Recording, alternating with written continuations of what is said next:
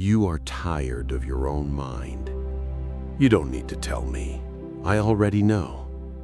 Tired of thoughts that don't ask permission, of voices that arrive before the alarm goes off, of a weight that has no shape, no name, but is there every morning, waiting for you, like a tenant nobody invited and who refuses to leave. You've tried ignoring it. You've tried keeping your mind busy with other things. You've tried praying and felt like the words weren't reaching anywhere. You've made the effort not to think about what hurts and thought about it even more. And at some point, maybe recently, maybe a long time ago, you started to believe this is permanent, that this is your life now, that this restless mind, this invisible weight, this exhaustion that sleep can't fix is all you're ever going to have. I need you to stop here, because what you believe about your mind, I came to change today, not tomorrow, right now. Let me tell you what I see, not what the people around you see, not the version you put on when you need to look like you're fine. I see what happens when you close the door, when your phone screen goes dark, when the silence of the room becomes too loud. I see the mind that won't rest. I see the tiredness that doesn't show on your face, but lives in your bones. And before anything else, before any teaching, before any instruction, I want you to hear what I said through my servant David. He wrote this on a night when his soul was just as heavy as yours is right now. You have seen my distress and known the troubles of my soul. I did not say I saw your mistakes. I did not say I saw your failures. I said I saw your distress, that I know, not observing from a distance, not registering from the outside. I know the afflictions that live within you. That changes everything, or it should. Now let me continue. You've forgotten what it feels like to wake up without that sensation, that pressure in your chest that shows up before you've even remembered what's worrying you. Your body is already on alert when you wake, as if sleep were nothing more than a pause between one bout of anxiety and the next. And throughout the day, you function. You get through it. You answer messages, meet your obligations, smile when you have to. But inside, something else is happening. A parallel conversation that never stops. A voice that comments on everything, that judges everything, that predicts the worst in everything. I hear that voice. It tells you that you're not enough, that you've already made too many mistakes, that the people around you will eventually see who you really are, and when they do, they'll leave. It takes your past mistakes and holds them up in front of you as if they were your future. It turns uncertainty into catastrophe, turns silence into rejection, turns a hard day into proof that nothing will ever get better. That voice is skilled. It doesn't shout, it whispers, and whispers repeated 1,000 times eventually start to sound like truth. I know you've believed things it has said. Maybe you still do. And I need you to know I am not here to shame you for that, because the battle happening inside your mind, it is real. The exhaustion you feel is real. The weariness of fighting against your own thoughts day after day with no end in sight, that has weight. It has a cost, and I see every cent you have paid. I was there the night you lay staring at the ceiling, unable to sleep, your mind spinning in circles over a conversation that happened days before. I was there when you woke up in the middle of the night with that feeling that something was wrong, without knowing what. I was there when you tried to pray and the words simply wouldn't come. I was present in every one of those moments, and in not one of them did I pull away. Let me break something you may have believed for a long time, that the state of your mind is evidence that I am distant. That if you truly knew me, if your faith were real, negative thoughts would not have that kind of power over you. That people who trust in me don't struggle like this. That is a lie. Some of the men and women who walked closest to me throughout history suffered deeply within their own minds. David wrote about the anguished soul, about troubled bones, about tears that soaked his bed at night. Paul wrote about the inner conflict, about doing what he doesn't want to do and not doing what he wants. Elijah, after one of the greatest victories of his life, sat down under a tree in the desert and asked to die. These were not men of little faith. They were men who faced the reality of what it means to have a human mind, and who learned, one day at a time, to bring it close to me. This is what I want to teach you today. Not a formula, not 5 steps to eliminate negative thoughts once and for all. I want to show you how I see your mind, what it is, what it can become, and what I have already placed inside it that you haven't yet learned to use. Because your mind is not your enemy, it is a battlefield, and battlefields can be won. But for that, I need you to understand one thing before we move forward. I am not a God who watches your anguish from a distance, taking notes, waiting to see if you'll hold on. It was my prophet Nahum who wrote, and I confirm it to you now. The Lord is good, a refuge in times of distress. He cares for those who trust in him. A refuge is not a place from which you watch the storm. It is the place you run to in the middle of it, and I am that place. Not after you get better, not when your mind is calmer. Right now, exactly as you are, you can run to me. I was not caught off guard by what is happening inside you. Before the first negative thought took shape in your mind, before fear had a name, before exhaustion had an address, I was already here. I already knew, and I had already prepared what you would need to get through this. Let me tell you something that perhaps no one has ever said to you quite this way. The battle you are fighting inside your mind is not a sign that you are losing. It is a sign that there is still something inside you that refuses to give up. Battlefields only exist where there is still resistance. And the fact that you are here, listening, seeking, still trying, tells me that the resistance is still alive. I placed it there. I know what wears you out. I know what weighs you down. I myself, in the moment I became flesh and came to live among you, faced what it means to have a human mind under attack. 40 days in the desert, no food, no company, at the absolute limit of strength. And the voices came, not shouting, but whispering, exactly the way they whisper to you. I understood that from the inside, not through observation, through experience.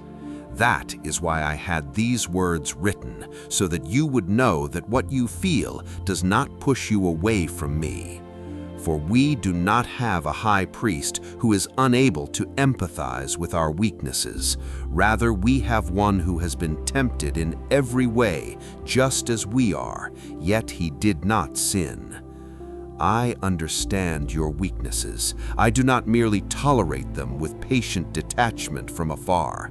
I understand them because I felt them, because I have been where you are, because I chose to be. And it is precisely for that reason that I came to speak with you today, not to hand you a list of things to do, but to teach you in the way only someone who has been through that desert can teach, how the human mind can be transformed. Let me tell you what really happened in the desert. Not the condensed version, the version that matters for what you are living through right now. 40 days without eating. The body at its limit, the mind vulnerable the way it only gets when you are too exhausted to defend yourself. And it was precisely in that moment, not when I was strong, not when I was rested, that the most dangerous voices appeared. They didn't come with threats, they came with logic. The first one said, "If you are who you claim to be, solve your problem right now. Turn these stones into bread." It seemed reasonable. It even seemed sensible. But underneath the logic was a poisoned question. Can you trust that God will provide, or do you need to handle this yourself? That same voice speaks to you. It doesn't tell you to turn stones into bread.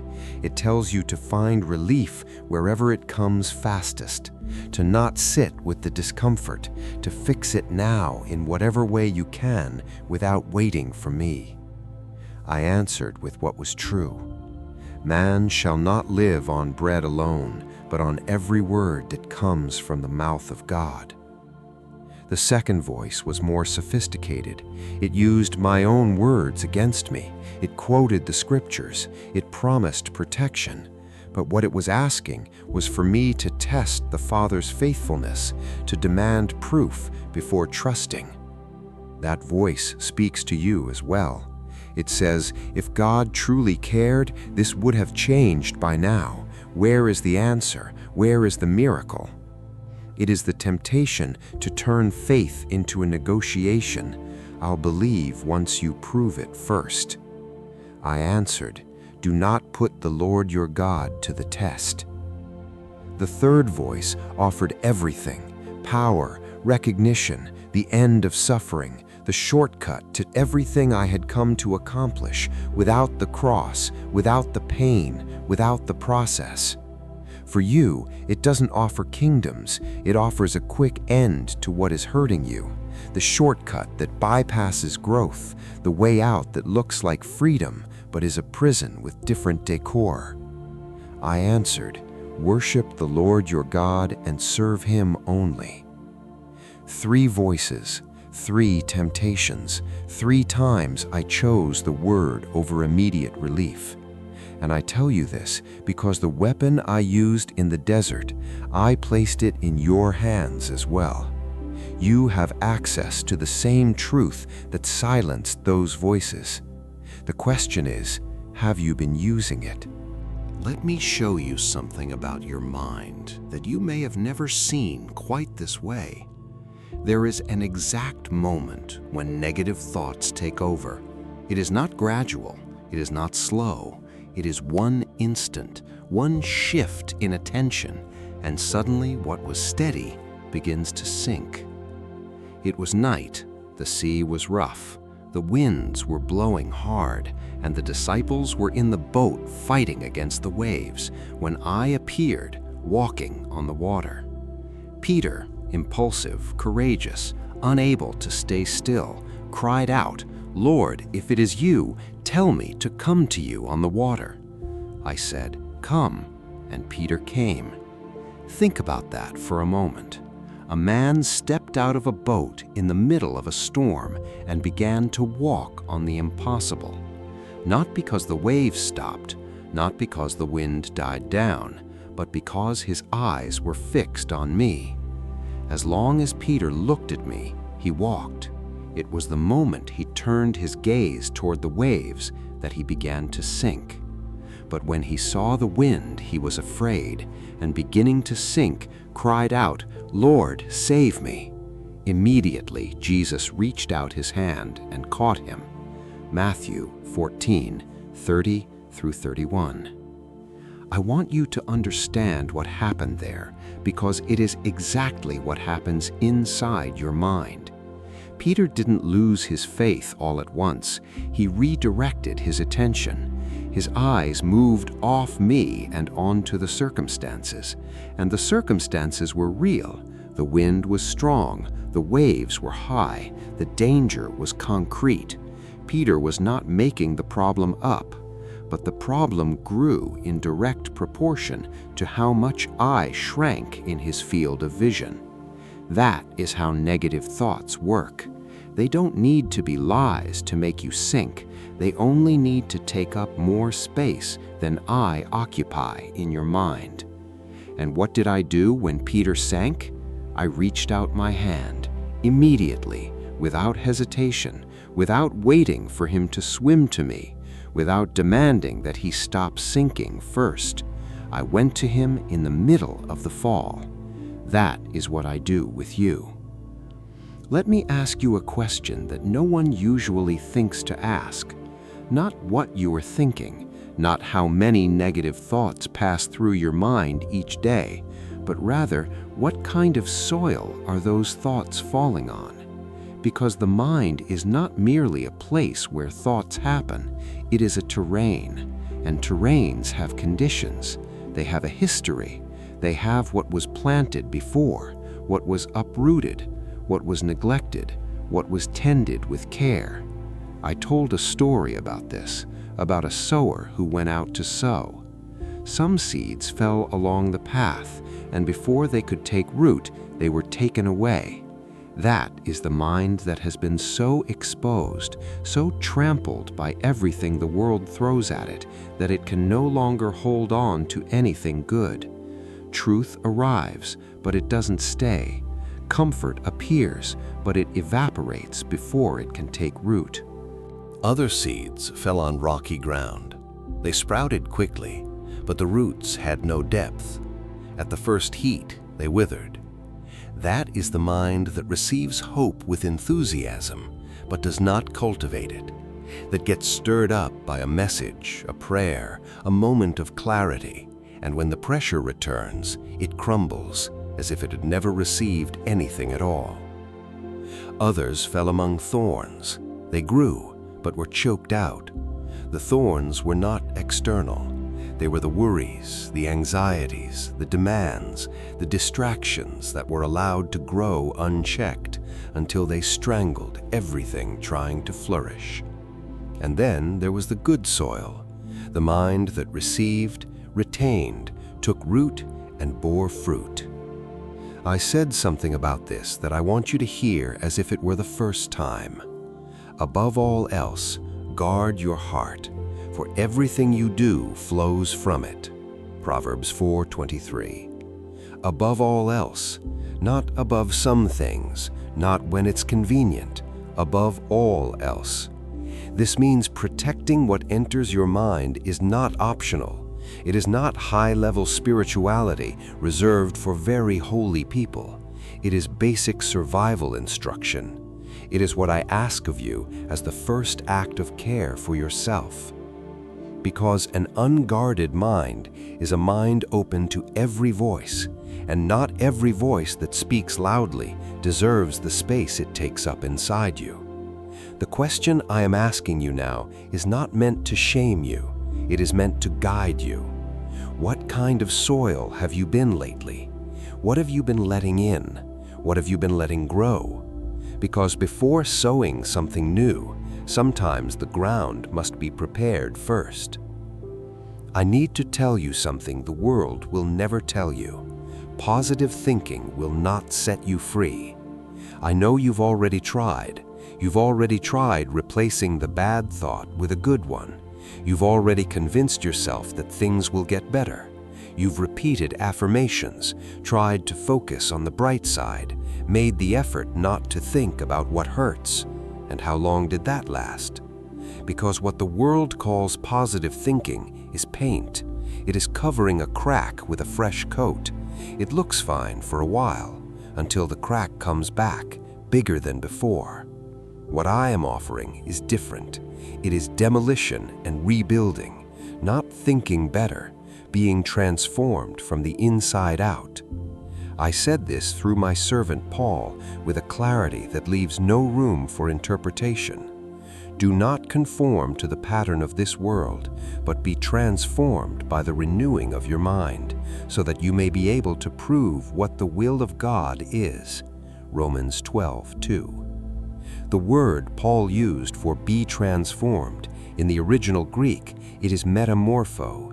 It is the same word used to describe what happens to a caterpillar becoming a butterfly. It is not an improvement. It is not an adjustment. It is a change so radical that what existed before is barely recognizable in what exists after. That is what I have for your mind. not a slightly upgraded version of who you are, a transformation that begins in the deepest layers of your thinking and goes on changing everything it touches. Paul went further in Ephesians. He said to be renewed in the spirit of your mind, not just the surface-level thoughts, the spirit, the deep orientation, the invisible axis around which all your thoughts revolve. That is the axis that needs to change. And it changes when you stop feeding what the world plants and begin feeding what I speak. Every time you open my word and truly let it in, not as reading, but as nourishment, something shifts in that axis. Every time you bring a destructive thought into my presence instead of fighting it alone, the axis shifts. Every time you choose to trust me with a situation your mind wants to control, the axis shifts. You won't feel it happening, just as a tree doesn't feel itself growing. But one day you look back and realize that the thoughts which once controlled you no longer have the same power, that the voice whispering lies has grown weaker, that something is different at the center of who you are. That is not positive thinking, that is transformation, and I am the only one who can produce that in you, if you let me. I extended an invitation once that has never been withdrawn. It has no expiration date, no fine print, no hidden conditions at the end. I said, "Come to me, all you who are weary and burdened, and I will give you rest. Take my yoke upon you and learn from me, for I am gentle and humble in heart, and you will find rest for your souls. For my yoke is easy and my burden is light." Matthew 11:28-30. I did not say, "Come when you are ready." I did not say, "Come when your faith is strong." I did not say, "Come after you have solved the problem with your mind." I said, "Come weary." The weariness is the requirement, not the obstacle. The yoke I mention is not one more weight to carry. In first-century culture, a yoke joined two animals to work together. The expert animal led. The younger one only needed to stay joined and learn. I am the expert one in this yoke. I carry the weight. You stay joined to me and learn. And I tell you this because I had Peter write these words for you. Cast all your anxiety on him because he cares for you. 1 Peter 5:7. All of it, not just the anxiety you consider small enough to bring, all, including the ones you think are ridiculous, the ones that embarrass you, the ones you can't even find the right words for. The question is not whether I am willing to receive what you carry. The question is, are you willing to let it go? I need to address something that many people don't connect to negative thoughts, but that lies at the root of nearly all of them: guilt. Not the kind that passes, the kind that stayed, the kind you have been carrying for months, maybe years, as if it were part of your identity now. The kind that shows up in the middle of the night wearing the face of a memory. The kind that turns every new mistake into evidence of an old verdict. You are worthless.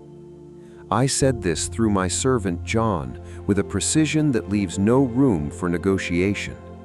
If we confess our sins, he is faithful and just and will forgive us our sins and purify us from all unrighteousness. 1 John 1:9. All unrighteousness, not just the small offenses, not only the mistakes you consider forgivable, all, including what you think went too far, including what you did knowing it was wrong, including what you cannot even say out loud. And Paul went further. He wrote something I want to sink deep. Therefore, there is now no condemnation for those who are in Christ Jesus. Romans 8:1. None, zero, not reduced condemnation, not a little condemnation, none. So where does the voice that condemns you come from? It is not from me. The condemnation you feel is not my voice. It is the voice of the enemy using your own memory as a weapon. It is your wounded mind repeating a verdict I have already overturned. It is a prison whose door has already been opened, but you remain inside because you don't believe the freedom is real. Forgiving yourself is not minimizing what you did. It is accepting that the price you could never pay has already been paid by another. You can stop punishing yourself, not because what you did didn't matter, but because I mattered more. Let me tell you about the most underestimated tool I have ever placed in your hands. It is not a method. It is not a technique.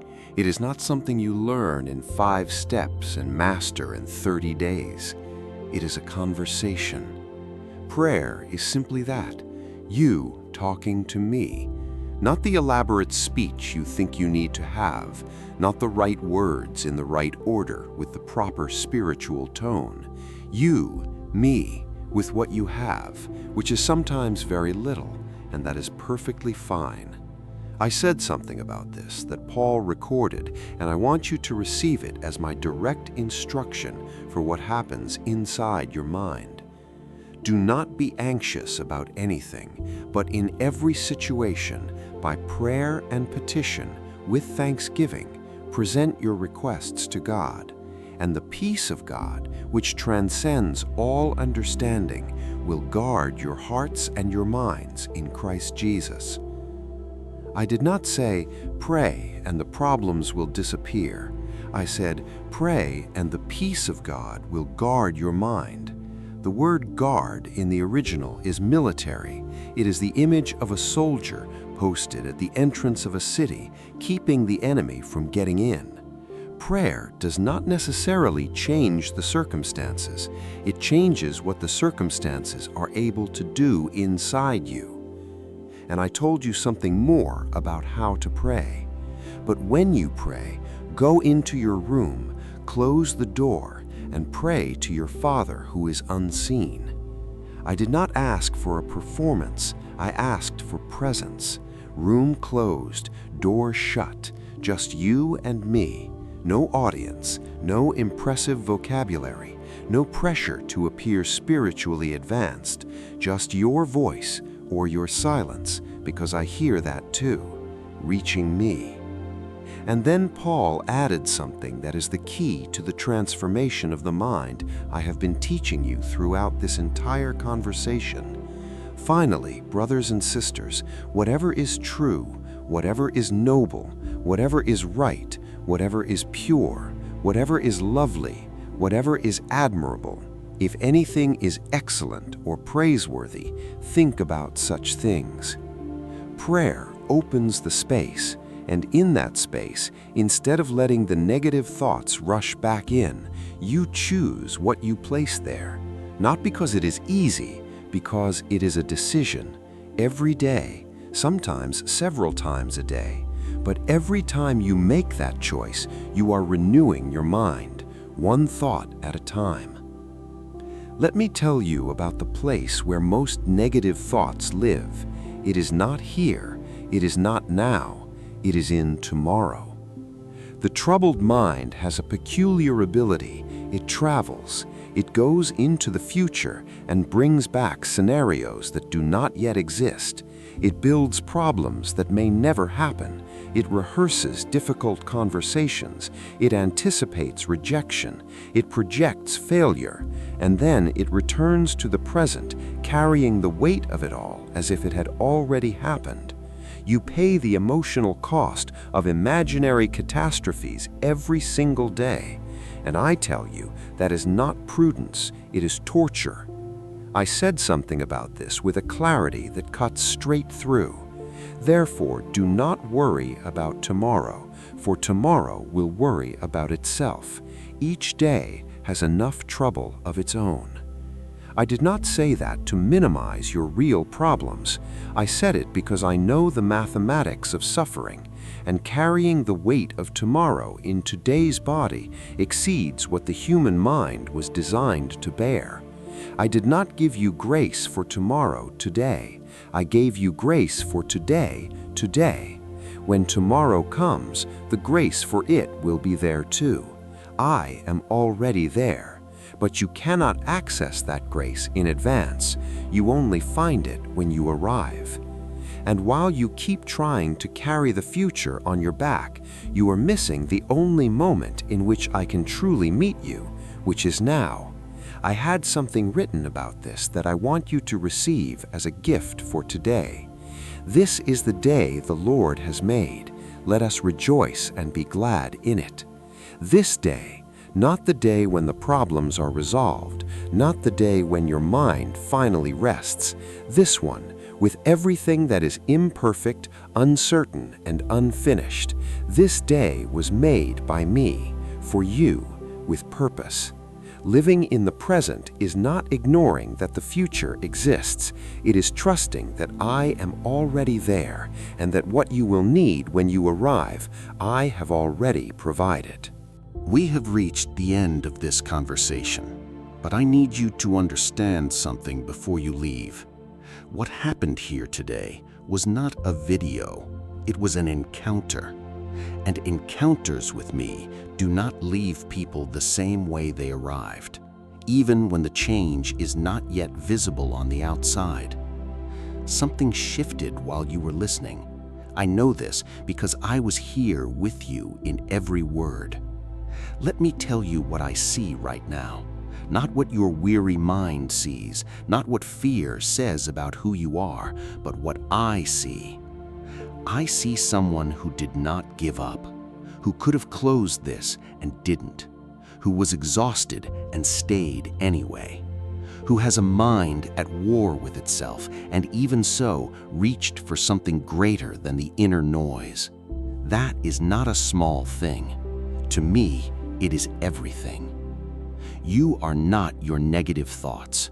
You are not the voice that whispers you are not enough. You are not your mistakes. Not the ones you remember with shame, not the ones you try to forget. You are not your worst moment, nor your worst week, nor the darkest season you have ever walked through. You are mine. And what is mine, I do not abandon, I do not neglect, I do not give up on. I was with you before this battle began. I am with you in the middle of it, and I will be with you when it ends, because it will end. Not because it will be easy, but because I am greater than it. I said this once through my servant Isaiah, and I say it again now, directly to you. Do not fear, for I am with you. Do not be dismayed, for I am your God. I will strengthen you and help you. I will uphold you with my righteous right hand. Isaiah 41:10. I will strengthen you. I will help you. I will uphold you. Not as a reward for making it this far, not because you deserve it more than you did yesterday, but because this is what I do, because this is what I am to you. And I want you to take one thing from here. Not a list, not 5 commitments to keep starting tomorrow, just one thing. That your mind can be different from what it is today.